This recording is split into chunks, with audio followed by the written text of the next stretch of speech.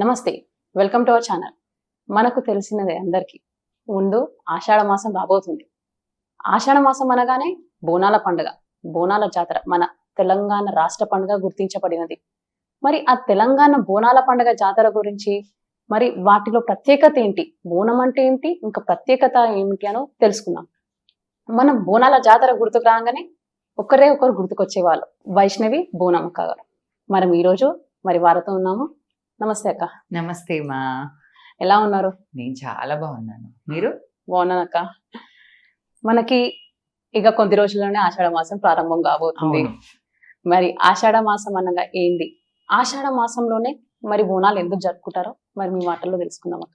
ఆషాఢ మాసం ఏంటంటే ఇప్పుడు మనము మన క్యాలెండర్ చూసుకున్నట్టయితే జనవరి, ఫిబ్రవరి, మార్చి ఇవన్నీ ఎట్లాగో తెలుగులో మనకు అలా వస్తాయి అన్నమాట. చైత్రం, వైశాఖం, జ్యేష్టం, ఆషాఢం, శ్రావణం, భాద్రపదం, ఆశ్వయుజం, కార్తీకం, మార్గశిరం, ఫాల్గుణం అట్లా 12 నెలలు వస్తాయి మనకి కూడా తెలుగులో. ఇది చాలా మటుకు తెలుగులో ఎవరికి తెలీదు.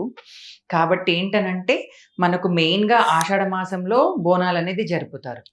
ఆషాఢ మాసంలో బోనాలు ఎందుకు జరుపుతారు అని అంటే ఆషాఢ మాసంలో వర్షాలు ఎక్కువ పడతాయి. అంటే ఆషాఢ మాసంలో ఈగకాలం అని కూడా అంటారు. మమ్మీ వాళ్ళు ఆ టైంలో ఈగకాలం వచ్చింది అని అంటారు. ఆ టైంలో ఏంటంటే అమ్మవారికి లేని రోగాలు రావడం కానీ, అలాంటివి పిల్లలకు ఏవైనా మలేరియా కానీ, ఇంకేదైనా డెంగ్యూ కానీ, ఇంకేవైనా డిసీజెస్ రావడం కానీ జరుగుతాయి. కాబట్టి ఇవన్నీ మనకు దూరం కావాలనంటే మనకు ఏదైనా ఒక సెక్యూరిటీ కావాలి. అదేంటంటే అమ్మవారే మనకు మెయిన్ సెక్యూరిటీ. అమ్మవారే మనకు రక్షణనిచ్చేది అమ్మవారే, మనం రక్షించేది కూడా అమ్మవారే, శిక్షించేది కూడా అమ్మవారే. కాబట్టి అమ్మవారికి అనేది ఆ ఒక్క నెల మాత్రమైతే, ఆ 12 నెలలలో ఒక్క నెల మాత్రం ఖచ్చితంగా అమ్మవారికి మనం బోనాలు సమర్పిస్తాం ఆషాఢ మాసంలో. మరి బోనాలు చేస్తాము, అందరు చేయొచ్చా బోనాలు? మరి కొంతమందికి ఎలా అనంటే వంతన ఉండదు అన్నట్టు మాట్లాడుకుంటారండి. అది ఎంతవరకు కరెక్టో నాకైతే అర్థం అవ్వట్లేదు. కానీ ప్రతి ఒక్కరు చేయాల్సిన పండుగ బోనాల పండుగ. ఇప్పుడు ప్రతి ఒక్కరు ఏంటంటే సంక్రాంతి చేసుకుంటున్నారు, శివరాత్రి కానీ, ఉగాది కానీ అది చేస్తున్నారు. మెయిన్గా బోనాల సీజన్, బోనాల పండుగ ఫెస్టివల్ వచ్చేసరికి మాకు బోనాలు వంతెన లేవు అని అంటారు. అంటే ఎప్పుడో వాళ్ళ పూర్వీకుల్లో ఏదైనా బోనాలు చేస్తే ఏదో ఒక చిన్న అపశృతి జరిగిండొచ్చు. దాన్ని మైండ్లో పెట్టుకొని దాన్ని ఇంకా రన్ చేస్తూనే ఉంటారు అనమాట. మాకు వంతెన లేదు అని చెప్పేసి. కానీ బోనాలు ఎవరైనా చేయొచ్చు. ఎవరైనా కుల మతాలకు అతీతంగా ఎవరైనా బోనాల పండుగ జరుపుకోవచ్చు. ఇది మనకు తెలంగాణ వచ్చినప్పటి నుండి మన బోనాల పండుగ రాష్ట్ర పండుగగా గుర్తించబడినది. ఆ రాష్ట్ర పండుగ మనం ఎంతో బాగా జరుపుకుంటున్నామని అందరికీ తెలిసినది. అసలు బోనం అంటే ఏంటక్క? బోనాల్లో ఏమేమి పెడతారు? అలా ఎలా పూజిస్తారు అసలు బోనాన్ని? ఇప్పుడు ఒక విషయం ఏంటంటే బోనాల పండుగ రాష్ట్ర పండుగ ఈ మధ్యలో మన తెలంగాణ వచ్చిన తర్వాత అయిందండి. ఇది రజాకార్ జమానా నుంచి మనకు బోనాల పండుగ కానీ, బతుకమ్మ కానీ రజాకార్ జమానా నుంచే ఉన్నాయి. ఇప్పుడు కొత్తగా వచ్చింది ఏది లేదు. మన తెలంగాణ, మన రాష్ట్రం మనకు వచ్చిన తర్వాత దీన్ని రాష్ట్ర పండుగ గుర్తించారు. మేము తెలంగాణ రాకముందు కూడా బోనాలు ఎత్తుకున్నాము, రాష్ట్ర పండుగ కాకముందు బోనాలు ఎత్తుకున్నాము, ఇప్పుడు కూడా బోనాలు ఎత్తుకుంటున్నాము. అప్పట్లో ఏంటనంటే ఇంత మన కల్చర్ని రీప్రజెంట్ చేసేవాళ్ళు కారు. ఎవరో కొంతమంది మెయిన్ పర్సన్సే బోనాలు ఎత్తుకొని ఇది చేసేవాళ్ళు. ఇప్పుడు ఏంటనంటే బోనాల పండుగ రాష్ట్ర పండుగ అయినప్పటి నుంచి దాన్ని ఇంకా రంగరంగ వైభవంగా చేస్తున్నారు. ఆ బోనం అంటే ఏంటంటే అమ్మవారికి నైవేద్యం, భోజనం. మనకి ఎలాగైతే భోజనం మనం ఆకలైనప్పుడు అన్నం ఎట్లనైతే తింటామో అమ్మవారికి కూడా ఒక భోజనం అన్నమాట. బోనం అంటే భోజనం కాబట్టి అమ్మవారికి నైవేద్యం పెట్టడం, అది బోనం. బోనం ఎవరైనా ఎత్తుకోవచ్చు అక్క? ఎవరైనా ఎత్తుకోవచ్చు. స్త్రీలు కానీ, మగవాళ్ళు కానీ ఎవరైనా బోనం ఎత్తుకోవచ్చు. ఇలాంటి రిస్ట్రిక్షన్స్ ఎందులో లేవండి. ఇప్పుడు వాళ్ళు ఎత్తుకోవచ్చా, వీళ్ళు ఎత్తుకోవచ్చా అనేది లేదు. అప్పట్లో ఊర్లలో చూసుకున్నట్టయితే చాలా టైం స్పెండ్ చేయాల్సి వస్తుండే బోనాలకి. అప్పుడు కొంతమంది ఏంటంటే లేడీస్‌తో కాకపోతే జెంట్సే ఎత్తుకుంటారు. ఇప్పటికీ ఊర్లలో కొంతమంది పెద్ద పెద్ద బతుకమ్మలు చేసినప్పుడు జెంట్సే తలపైన పెట్టుకొని వెళ్తుంటారు. దానికి ఎటువంటి రిస్ట్రిక్షన్స్ అయితే లేవు. కానీ ఈ మధ్యలో ఏంటంటే కొంచెం డిస్టర్బెన్స్ వస్తున్నాయి బోనాలల్లో. కాబట్టి వాళ్ళు ఎత్తుకోవచ్చా, వీళ్ళు ఎత్తుకోవచ్చా అన్నట్టు కొంచెం ఆ డిస్టర్బెన్స్ వస్తున్నాయి ఇప్పుడిప్పుడు. అసలు బోనం ఎత్తుకున్నప్పుడు దేవుడు వస్తారని అంటారు. అది ఎంతవరకు నిజం అంటారు? గాలి ఉన్నప్పుడు నీరుంది, నీరున్నప్పుడు నిప్పు ఉంది, భూమి ఉంది, ఆకాశం ఉంది. ఇది ఎంతవరకు నిజం? అది నిజమే కదా, మనం అమ్మవారు వచ్చేది కూడా అంతే. గాలి లేనిది కొమ్మోగదు. అవును. దేవుడు లేనిది ఒక పర్సన్ అమ్మవారు రాంది మాత్రమైతే ఒంటిపైకి అంత బోనం క్యారీ చేయలేం కదా. ఇప్పుడు నార్మల్గా మీరు ఒక బోనం ఎత్తుకోండి, మీరు ఆ చేతులు వదిలేసి మీరు ఆడండి, అది కాదండి. అది పాసిబుల్ Possible కాదు కాదు. మీతోనది. అవును. ఎందుకనంటే ఒక దేవుడు ఎట్లా అని అంటే కొంతమందిని ఎంచుకుంటాడు ఉమ్, అట్లా. అట్లా మేము ఒక వాళ్ళం అనమాట. శివశక్తులు కానీ, జోగినీలు కానీ, ఇంకా ఇంకెవరైనా ఉంటారు కాబట్టి వాళ్ళు ఎవరైనా కూడా బోనాలు ఎత్తుకోవచ్చు, ఎవరైనా ఇది చేసుకోవచ్చు, బోనాలు అమ్మవారికి ఎవరైనా సంతోషంగా చేసుకోవచ్చు బోనాలు. జోగిని శివసత్తులు. జోగిని అంటే ఎవరక? జోగిని అంటే అమ్మవారికి లైఫ్ మొత్తం సాక్రిఫైస్ చేసేది జోగిని. ఉమ్, లైఫ్ తన తుది శ్వాస వరకి తన లైఫ్ని సాక్రిఫైస్ చేసేది జోగిని. శివశక్తి ఏంటనంటే వాళ్ళకి పెళ్ళిళ్ళు అవుతాయి, పిల్లలు ఉంటారు, ఫ్యామిలీస్ ఉంటాయి. అయినా కూడా వాళ్ళు కూడా బోనాలు ఎత్తుకుంటారు, వాళ్ళు కూడా అమ్మవారి పండగలు చేస్తుంటారని చేస్తుంటారు. వాళ్ళకి ఫ్యామిలీ ఉంటుంది కాబట్టి వాళ్ళు శివశక్తి అని పిలుస్తారు. వాళ్ళని ఎవరైతే అమ్మవారికి అడాప్ట్ అవుతారో వాళ్ళని జోగిని అని పిలుస్తారు. మరి మీరు బోనం ఎత్తుకుంటారు, అందరూ బోనం ఎత్తుకుంటారు, మీరు కూడా బోనం ఎత్తుకుంటారు. కానీ అందరు బోనం ఎత్తుకున్నప్పుడు 2 చేతులతో పట్టుకొని ఎత్తుకుంటారు. మీరు అలా కాకుండా అంత బోనం విడిచిపెట్టి ఆడుకుంటా పాడుకుంటా అమ్మవారి దగ్గరికి వెళ్తారు. అది ఎలా పాసిబుల్ అవుతుంది? ఇప్పుడు పాసిబుల్ అంటే మీరే క్వశ్చన్ వేసారు, మీరే ఆన్సర్ చెప్పారు ఇందాక. దేవుడు కరెక్టేనా అని మీరు అడిగారు. దేవుడు లేనిది మనుషులు ఊగరు కాబట్టి అమ్మవారు వచ్చిన తర్వాతనే ఆ బోనం అనేది క్యారీ అవుతుంది. మీరు చూడండి కొన్ని వీడియోస్లో మా అమ్మవారి పేయి మీదకి వచ్చేంత వరకు కూడా మేము కూడా హ్యాండ్ పట్టుకొనే ఉంటాం. ఎప్పుడైతే ఒంట్లోకి అమ్మవారు అయితే వస్తుందో అప్పుడైతేనే మేము హ్యాండ్లో వదిలేస్తాం, చేతులు వదిలేస్తాం. అప్పటి వరకు మీరు కూడా 2 చేతులతోనే పట్టుకుంటాం మేము కూడా. ఎప్పుడైతే ఆ ఒగ్గోళ్ళు వచ్చిన తర్వాత, దండకాలు వేసిన తర్వాత, డప్పులు కానీ ఇంకేవైనా ఒగ్గువాళ్ళు కానీ ఇంకేదైనా అలాంటివి వచ్చినప్పుడు అమ్మవారిని దండకాలు వేస్తుంటారు. దండకాలు వేసినప్పుడు అప్పుడు అమ్మవారు వచ్చి రాగానే చేతులు వదిలేస్తారనమాట. అట్లా అది ఆటోమేటిక్ ఏంటంటే అలానే ఉండిపోతుంది నెత్తిపైన అట్లా. ఇప్పుడు బోనాలు ఎత్తుకోవడానికి ఎవరైనా సరే, ఎవరింట్లోనన్నా బోనాల పండుగ జాతర చూస్తాము, బోనాల జాతర చూస్తాము, అందరింట్లో బోనాలు ఎత్తుకుంటారు. కానీ ప్రత్యేకత ఏంటంటే జోగిని, ఎవరైనా జోగిని వచ్చి ఎత్తుకున్నారంటే ఎందుకు పిలుస్తారు జోగిని వాళ్ళని? ఇంటికి పిలిచి ఎందుకు ఎత్తుకుంటారు? ఎందుకు పిలుస్తారనంటే ఇంతకు ముందు బోనాలు ఎవరైనా చేయొచ్చా అని మీరు అడిగారు కదా. చాలా మందికి ఉండదని నేను చెప్పినాను. కాబట్టి జోగిని ఏంటనంటే ప్రతి ఇంటికి, అంటే బోనాల ఫెస్టివల్ ఒక 2 days ఉందనంగా, 3 days ఉందనంగా జోగిని ఏంటంటే ఒక గంప పట్టుకొని జోగెత్తుకుంటారనమాట. అంటే ఇల్లు తిరిగి భిక్షాటన చేస్తుంది తను. బియ్యం కానీ, నూనె కానీ, చింతపండు, ఉల్లిగడ్డలు, పసుపు, కుంకుమ, వాళ్ళకి దోచినంత కట్నం ఇస్తుంటారు. అదంతా మేము ఒక దగ్గర గ్యాదర్ చేసి, అంటే అవంతా ఒక దగ్గర వండి ఆ బోనాలలో పెడతాం. అప్పుడు ఏంటనంటే ప్రతి ఇంటి నుంచి బోనం ఎక్కినట్టు అమ్మవారికి. అది జోగెత్తడం అంటారు. కాబట్టి ఆ అమ్మవారికి ఆ బోనాలు చేసి మేము ఎక్కిస్తాం అనమాట. ఎందుకు అట్లా ఎక్కిస్తాము భిక్షాటన ఎందుకనంటే అమ్మవారు సర్వంతర్యామి, ఇక్కడ ఉంటుంది అక్కడ ఉంటుంది. వీళ్ళు బోనం ఎత్తుకున్నారు, వీళ్ళు చేశారు, వాళ్ళు చేయలేదని అమ్మవారికి అలా కోపం అయితే ఉండదు. కాబట్టి ప్రతి ఇంటి నుంచి అమ్మవారికి ఒక నైవేద్యం చెందాలి అని చెప్పి జోగిని ఒక్కతే ఆలోచిస్తుంది కాబట్టి అలా చేస్తాం బోనం. ఇప్పుడు జోగినిగా మారిన వారందరికీ దేవుడు వస్తారంటారా? ప్రతి ఒక్కరికి శివశక్తులకు కానీ, జోగినీలకు కానీ ప్రతి ఒక్కరికి దేవుడు వస్తారు. ఇప్పుడు మనం బోనాల జాతర, ఇప్పుడు సికింద్రాబాద్ మాంకాలమ్మ బోనాలు కానీ, గోల్కొండ ఎల్లమ్మ, జగదాంబిక ఎల్లమ్మ బోనాలలో కానీ, వైష్ణవి బోనం, ఇంకా నిశాక్రాంతి బోనం అని చాలా ఫేమస్ అని. ఎవరు చూసినా వైష్ణవి బోనం వస్తుంది అనగానే చాలా మంది ఫస్ట్ మీ బోనం చూడడానికి వస్తారు. అప్పుడు ఎలా అనిపిస్తుంది మీకు? ఆ టైంలో ఏం గుర్తుండదు. అంటే ఎవరైనా ఒంటిపైన అమ్మవారు ఉంటుంది కాబట్టి ఏది గుర్తుండదు. ఏదైతే బోనం ఎక్కించిన తర్వాత అప్పుడు మేము ఎప్పుడైతే శాంత అవుతామో అప్పుడు దాని తర్వాత ఏంటంటే పబ్లిక్ అంతా మీద పడిపోతుంటారు అనమాట. సెల్ఫీ, ఇది సెల్ఫీ సెల్ఫీ సెల్ఫీ అని చెప్పేసి. ఆ టైంలో మేము ఎట్లా అంటే టైర్డ్గా ఉండిపోతాం. అంత బోనం ఎక్కించి అంత అమ్మవారు ఒంటిపైకి వచ్చి శాంత అయ్యేసరికి మొత్తం శరీరం అంతా ఇట్లా కుప్ప అయిపోతుంది ఆ టైంలో. కానీ ఆ టైంలో ఏంటంటే కొంచెం హ్యాపీనెస్ అయితే ఉంటుంది, నేను అమ్మవారికి బోనం ఎక్కించిన అని చెప్పేసి.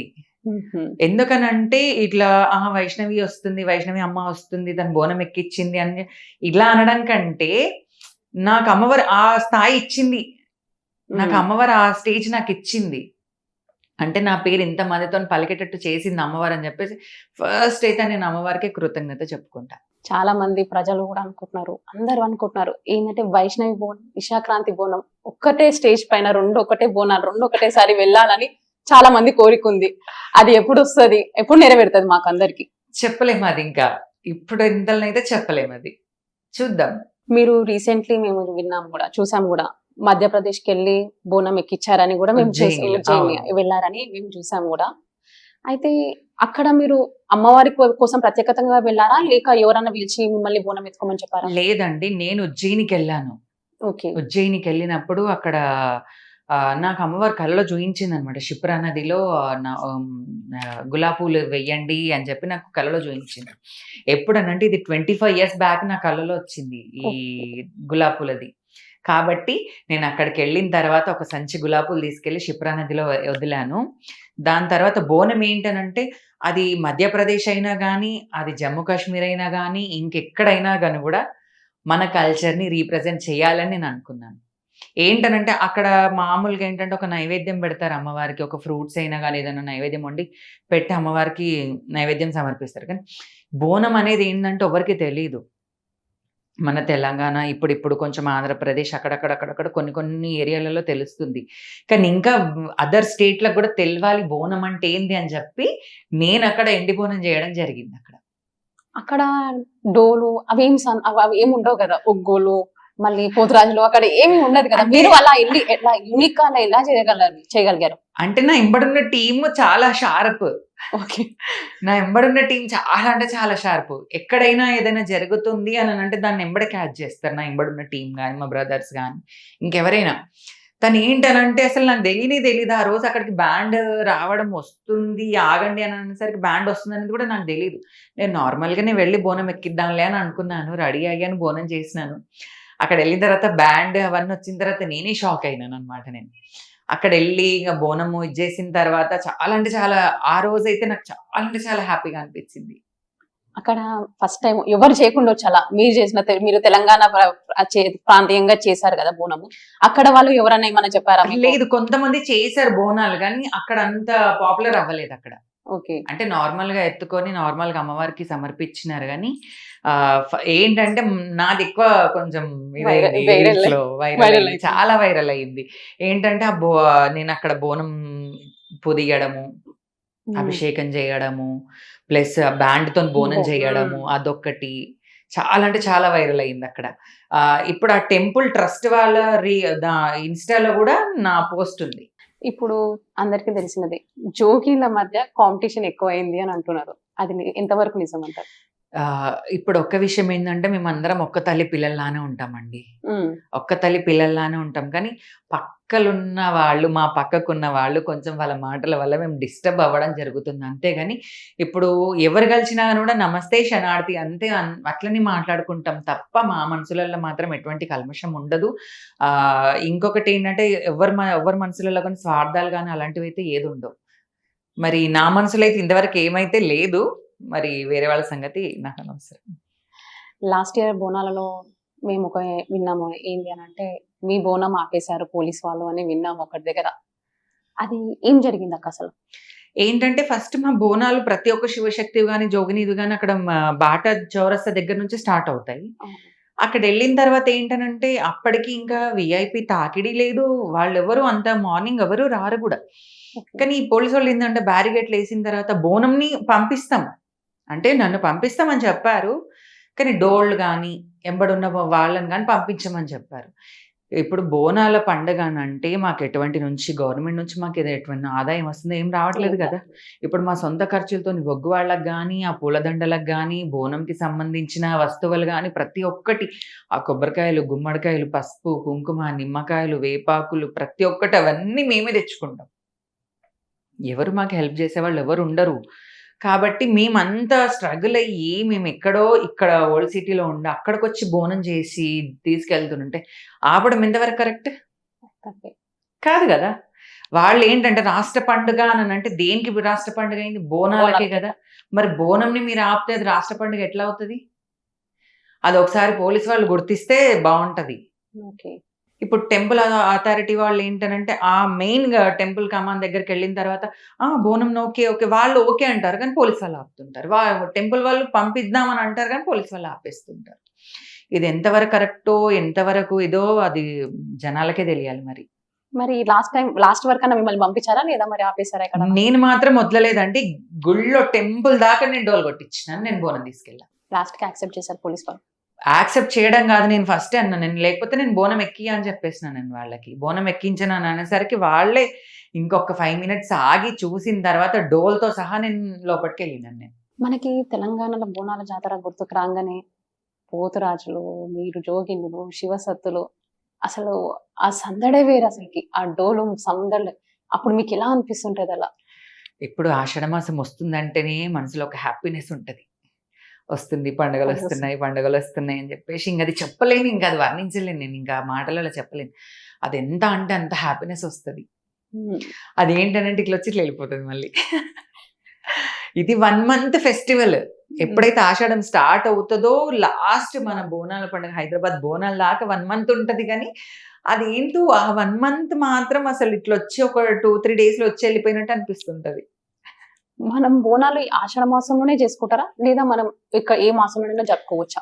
అంటే దేవుడికి నిత్య కళ్యాణం పచ్చతోరణం ఎప్పుడైనా చేసుకోవచ్చు. కాబట్టి ఇప్పుడు కొంతమంది మొక్కుబడి ఉంటది. ఇంట్లో మల్లన్న స్వామి గాని, ఎల్లమ్మ తల్లిలు ఉంటారు. వాళ్ళ ఇంట్లో పెళ్ళిళ్ళు ఉన్నప్పుడు కానీ, ఇంకేవైనా అకేషన్స్ అంటే హౌస్ సెరిమోనీ కానీ, ఇంకా అలాంటి ఏదైనా గృహప్రవేశాలు కానీ, ఇంకేదైనా అదర్ ఇంకా అలాంటప్పుడు దేవుడి కళ్యాణాలు చేసుకుంటారు. అప్పుడు కూడా బోనాలు చేస్తారు. ఇప్పుడు జోగినికి మారిన వాళ్ళందరినీ ఒక్కొక్కరు ఒక్కొక్క విధంగా చూస్తారు.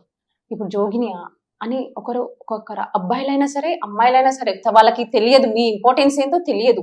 వాళ్ళు అలా చూసినప్పుడు మీకు ఏమైనా మనసుకు బాధ అనిపిస్తుందా?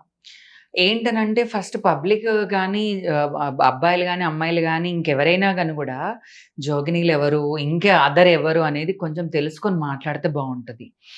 అలాంటప్పుడు ఏంటనంటే ఎవరైనా ఏదైనా అన్నారని అనుకోండి, నేనైతే అసలు ఎప్పుడు పట్టించుకోలేదు అవన్నీ, దేవుడికి వదిలేసినాను. ఎందుకనంటే వాళ్ళకి తెలియక మాట్లాడుతున్నారు, వాళ్ళు తెలిస్తే మాత్రం అట్లా మాట్లాడరు. అట్లా మేము ఒకటి అడుగుతున్నాం, జోగిని వాళ్ళకి ఏమైనా అవేర్నెస్ ఉన్నదా? అంటే సజెషన్స్ ఏమైనా చెప్పగలుగుతారా మీరు?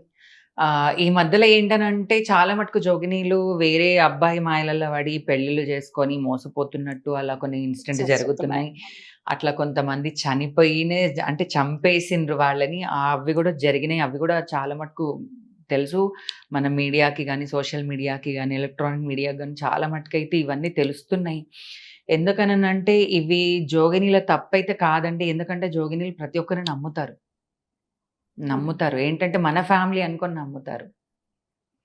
ఇప్పుడు మనం ఒకటి ఏందనంటే మనకి ఒక దగ్గర మనకు ఏదో ఒక వెళ్తుంటాం దారిలా మనకు ఏదో దూపైతది. అప్పుడు ఎవరో తెచ్చి వాటర్ ఇస్తే అప్పుడు ఏమనిపిస్తుంది మనకు?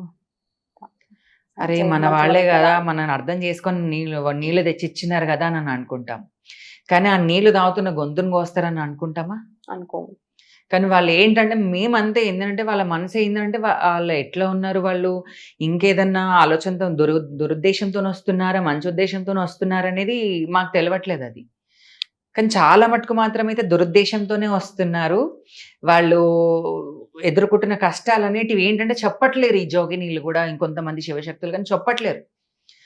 వాళ్ళ నుంచి కొంచెం ఏదన్నా కొంచెం రిస్క్ కానీ ఏదన్నా స్ట్రగుల్ కానీ ఏర్పడినప్పుడు మన ఫ్యామిలీకి ఫస్ట్ ఇన్ఫర్మేషన్ ఇవ్వాలి మనం. తను ఇట్లా నన్ను సతాయిస్తున్నాడు, తను ఇట్లా మాట్లాడుతున్నాడు నాతోని ఇట్లా అని చెప్పాలి. అప్పుడే తెలుస్తుంది. అప్పుడే కదా తెలుస్తుంది. మన మనసులో ఉన్న బాధ ఇప్పుడు వదిలేసాంలే, నెక్స్ట్ టైం ఏదన్నా మళ్ళీ ఏదైనా ఇష్యూ చేసినప్పుడు చూసుకుందామంటే అది కరెక్ట్ కాదు. అది ఏదైనా చిన్నగా ఉన్నప్పుడే చేయాలి. అంటే మీ వెనకాల పడడానికి రీజన్ అంటే మీ వెనకాల ఉన్న డబ్బు, ఆస్తి అలానేనా? వాళ్ళ ఉద్దేశం ఏంటో నాకైతే తెలియదు. కానీ నాకైతే తెలిసి 100కి 100% డబ్బు, గోల్డ్, ఇవే. ఇంకేం లేదండి. ఇప్పుడు ఏంటంటే వీళ్ళు మా ఎంబడి జాతరలకు వస్తారు. జాతరలకు మా ఎంజాయ్మెంట్ ఉంటుంది. ఏంటంటే బోనాలు ఎంబడి ఉండాలి. వైష్ణవి బోనం ఎంబడి తను ఉంటాడు, రాకేష్ ఎంబడి వీళ్ళు ఇట్లా ఉంటారు, ఇట్లా చెప్తారు కదా, అట్లా పేరు తెచ్చుకోవాలి. దాని తర్వాత మమ్మల్ని ఇది చేయాలి అన్నట్టు అదొకటి ఇది ఉంటుంది బాగా. నేను ఇప్పుడు మటుకైతే నేను చాలా మటుకు ఎవరిని ఎక్కడ పెట్టాలో అక్కడనే పెడతాను. నేను ఎవరిని నమ్మను, నా ఫ్యామిలీని తప్ప నేను ఎవరిని నమ్మను. అదే చాలా మేము విన్నాం కూడా జోగిని వాళ్ళకి చాలా ఇన్సిడెంట్స్ జరుగుతున్నాయి అని. అందుకే మేము అసలు ఇలాంటివి జరిగినప్పుడు వాళ్ళు కూడా కొంచెం ఆలోచించాలి. ఎవరు మంచి, ఏది చెడు, ఏది ఇప్పుడు ఏంటనంటే మనం చిన్న వయసైతే కాదు. అన్నీ ఆలోచన చేసే శక్తి మనకుంది. అమ్మవారొస్తున్నప్పుడు ఇప్పుడు ఒకళ్ళొస్తారు. మాకు హెల్త్ ఇష్యూస్ ఉన్నాయని అన్నప్పుడు దేవుడిని నమ్ముకొని బండారు పెడుతున్నాం మనం. వాళ్ళు ఏ ఉద్దేశంతోనొస్తున్నారన్నప్పుడు పక్కోళ్ళున్న వాళ్ళు, ఎదురుగున్న వాళ్ళు, ఎనకలున్న వాళ్ళు, వాళ్ళు గూడా ఏ ఉద్దేశంతోనున్నారో ఒకసారి మనం అది ఆలోచన చేస్తే ఇవన్నీ ఇన్సిడెంట్స్ జరగవు.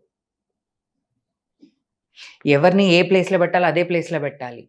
ఓకే. ఎక్కువ మనం లీనియన్స్ ఇచ్చేసినామని అనుకోండి వాళ్ళు నెత్తిలో ఎక్కి కూర్చుంటారు.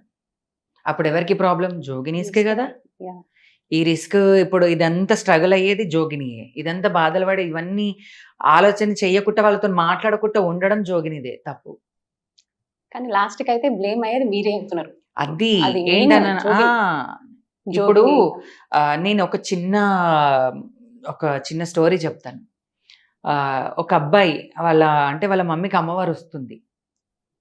వాళ్ళ మమ్మీకి అమ్మవారొస్తది.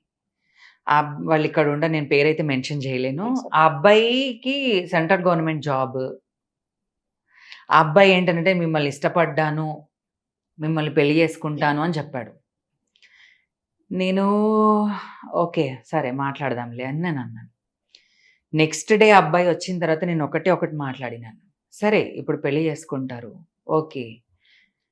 చేసుకున్న తర్వాత ఇప్పుడు మీ ఫ్యామిలీ ఏమనుకుంటారు నన్ను? ఆమెకు దేవుడొచ్చిండు, దేవుడొస్తాడు. ఆమె ఏం చేసిందో నీకు? నీ డబ్బు జూషి, నీ గవర్నమెంట్ జాబ్ జూషి నీకు మందు పెట్టిందా? లేకపోతే నిన్నేమైనా జేషిందా? నీకేమైనా చేతబడి జేషిందా? అని బ్లేమ్ అయ్యేదెవరు? మీరే. నేనసలు ఆడ ఏమి చెయ్యను. కానీ బ్లేమ్ అయ్యేది మాత్రం నేనే అవుతాను. అవును. ఆ అబ్బాయి గాడక్కడ. అవును. కాబట్టి నేను ఇవన్నీ ఆ అబ్బాయికి కూర్చుండబెట్టి సంలాంచినాను నేను. ఇప్పుడు మా లైఫ్ అట్లా గాదు. మాది దేవుడికి అంకితమైంది. ఇప్పుడు నన్ను జూసిన తర్వాత మీకు ఆలోచన పెళ్లి జేసుకోవాలి అన్నట్టు నీకు ఆలోచన ఉండడం ప్రతి ఒక్కరికి అట్లా సహజం ఉంటది మనిషన్నప్పుడు. కానీ మెయిన్‌గా నువ్వు నా స్టోరీ ఆలోచన చేసి నువ్వు ముందు ఇప్పుడే ఆలోచన చేయొద్దు. తర్వాత గూడా ఆలోచన చేసి ఒకసారి స్టెప్ ఎయ్యి అని అన్న తర్వాత ఆ అబ్బాయి ఏడ్చుకుంటూ ఎళ్ళిపోయిండు. మీరు అబ్బాయికి మంచి మోటివేషన్ ఇచ్చారన్నట్టు. అంతే గదండీ! ఇప్పుడు మనం జేసేదేముండదక్కడ.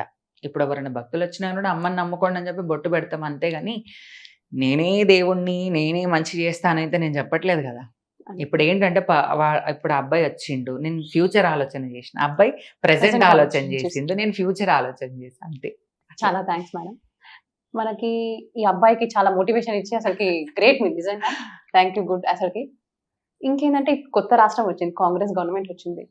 ఇప్పుడు ఇన్నేళ్ళు కేసీఆర్ గవర్నమెంట్ నుంచి మన తెలంగాణ రాష్ట్ర పండుగ బాగానే జరుపుకున్నాము. ఇప్పుడు కాంగ్రెస్ గవర్నమెంట్ నుంచి సీఎం రేవంత్ రెడ్డి గారి నుంచి మరి మీరు ఈసారి పండుగ బోనాలు ఎలా జరుపుకోవాలనుకుంటున్నారు? ఏదైనా మన గవర్నమెంట్‌కి ఏమైనా చెప్పగలుగుతారా? గతంలో రేవంత్ రెడ్డి గారు మాత్రమైతే ఒక వాగ్దానం అయితే చేసినారు.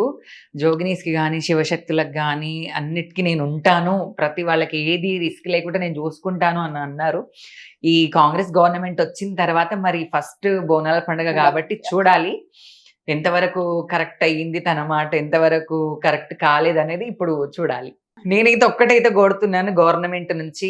కొంచెం ఏంటనంటే ప్రత్యేకంగా అనంటే బోనాలు ఎత్తుకున్న వాళ్ళు ఒక 10, 15 కిలోల బోనం ఎత్తుకుంటాం మేము. కాబట్టి మాకు డోళ్ళతో సహా మాకు అనుమతినివ్వండి ప్రతి టెంపుల్‌లో. ఎందుకనంటే బోనాల పండుగ అందరిది. శివశక్తులది, పోతరాజులది, ఆడవాళ్ళది, మగవాళ్ళది, ప్రతి ట్రాన్స్‌జెండర్స్‌ది ప్రతి ఒక్కటి భూమి మీద మన తెలంగాణ గడ్డలో ఎవరెవరు పుట్టారో తెలంగాణ గడ్డకొక్కరికి బోనాల పండుగ పరిమితం కాదండి. ప్రతి ఒక్క రాష్ట్రంకి మన ప్రపంచానికి బోనాల పండుగ ఏంటో తెలవాలి కాబట్టి, ఈ జోగినీలకి మన తెలంగాణ గడ్డల బోనం మొదలైంది కాబట్టి, ఆ జోగినీలకు గాని డప్పులతో సహా మీరు లోపటికి ఇన్వైట్ చేస్తే మేము కూడా హ్యాపీగా ఫీల్ అవుతాం. ఇదండి మరి జోగిని వైష్ణవి గారు మనకు చెప్పినది బోనాల విశిష్టత గురించి. థాంక్ యూ అక్క. థ్యాంక్ యూ మా.